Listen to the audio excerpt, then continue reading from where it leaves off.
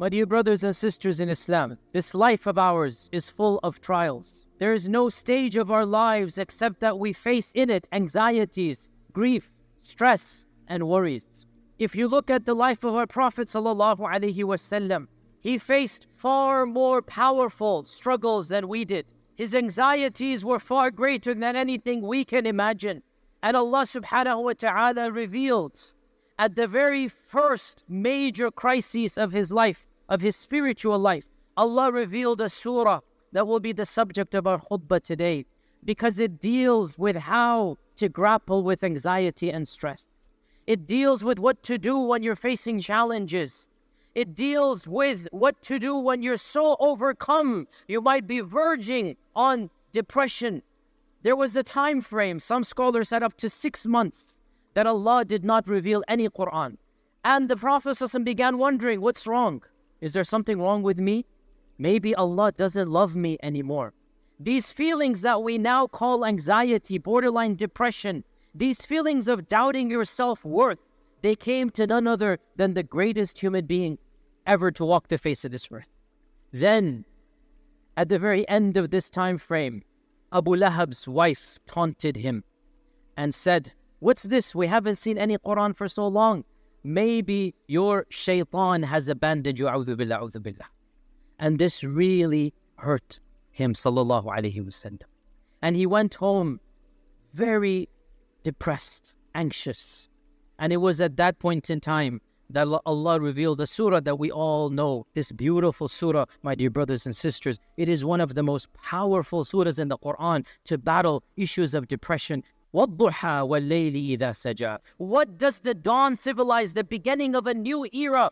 It is a new day. It is new opportunity. It is new hope. Yesterday is gone. Today is a new day. وَالضُّحَى. This is how Allah begins the surah. Don't look at the past. Look at the future. Don't worry about what happened. Today is a new day with new opportunities. وَاللَّيْلِ إِذَا سَجَى. And the night, when it becomes calm, which is the time of sleep, which is the time of sukoon. When you go to sleep as well, the worries of this dunya go away. When you wake up and the sun is coming up, no matter how bad was yesterday, today is a new day. مَا وَدَّعَكَ رَبُّكَ وَمَا قَلَى. This is a negation. Stop feeling that you are worthless. Stop feeling that you're worth nothing. Your Lord does not hate you, O Muslim. Your Lord does not despise you, O believer in Allah. Your Lord has not abandoned you, O you who says La ilaha illallah. Your Lord will never abandon you. Did He not create you? Did He not guide you? Did He not give you all that you have? Stop feeling this sense of worthlessness. ما ودعك ربك ما قلى وللآخرة خير لك من الأولى. Now this verse comes, and after getting rid of the negativity, it's substituted with positivity. Get rid of the negative feeling and think positive. The future will be better than the past.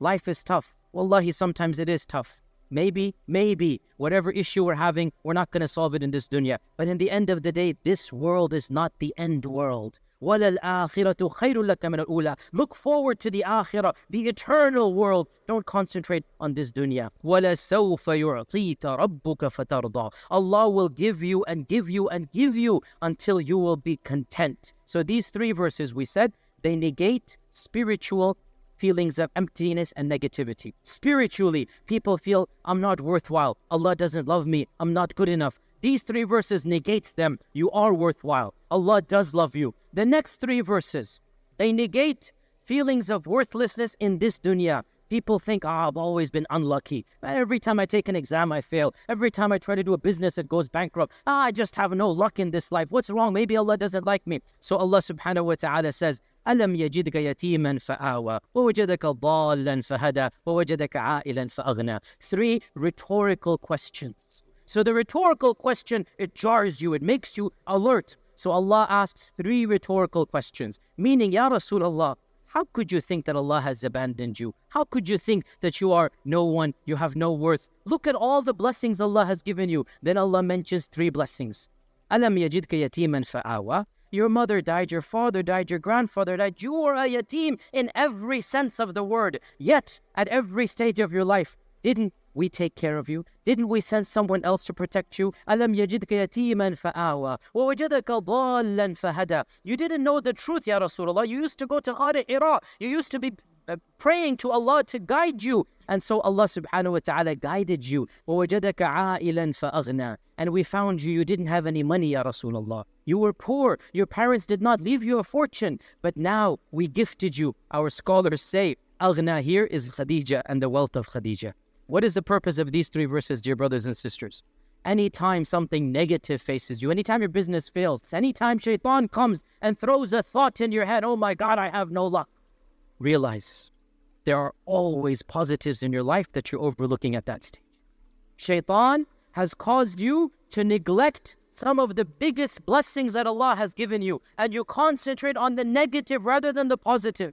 So we learn from this, when feelings of worthlessness come, when feelings of despair come, don't look at the negatives, don't look at the failures. Remind yourselves of the positives. Okay, this didn't work out, but Allah blessed me with that. Always concentrate on the blessings and examine them rather than what you don't have. See, this society that we live in, this modern culture, it emphasizes what we don't have. Look at this multi-million-dollar mansion. Look at this beautiful cars. Look at this. And we want to just aspire. We want that. We want that. We want that. Our Sharia says, stop looking at what you don't have and look at what you do have so that you appreciate the positive that you have. Every one of us is blessed and fortunate in our own ways. It's just that we neglect and ignore our blessings and we concentrate on what we don't have. Then Allah subhanahu wa ta'ala tells us, فَأَمَّا الْيَتِيمَ فَلَا تَقْهَرْ وَأَمَّا السَّائِلَ فَلَا تَنْهَرْ وَأَمَّا بِنِعْمَةِ رَبِّكَ فَحَدِّثْ. فَأَمَّا, once you have a different frame of mind, don't just sit there and do nothing. Go and be proactive. Do something positive. Contribute to society. Don't just sit there and mill around and say, oh my God, life is tough. Okay, it might be tough. Maybe it is difficult. Okay, be optimistic. Change your paradigm. Change your frame of mind. And then go find a higher cause and go dedicate yourself to that cause.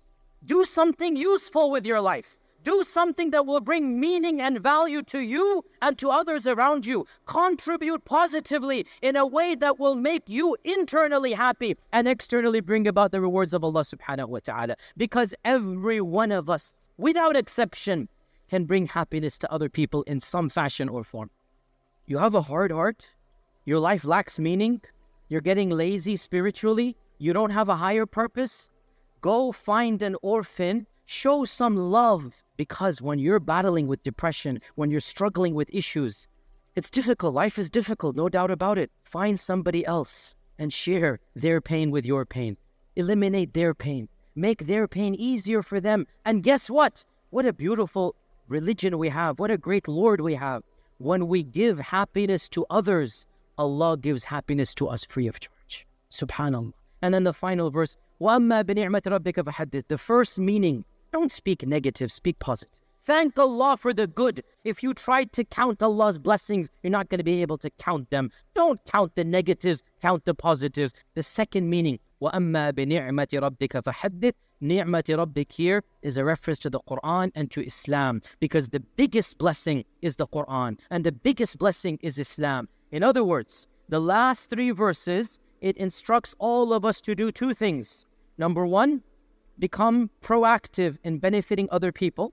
And number two, and be role models of Islam.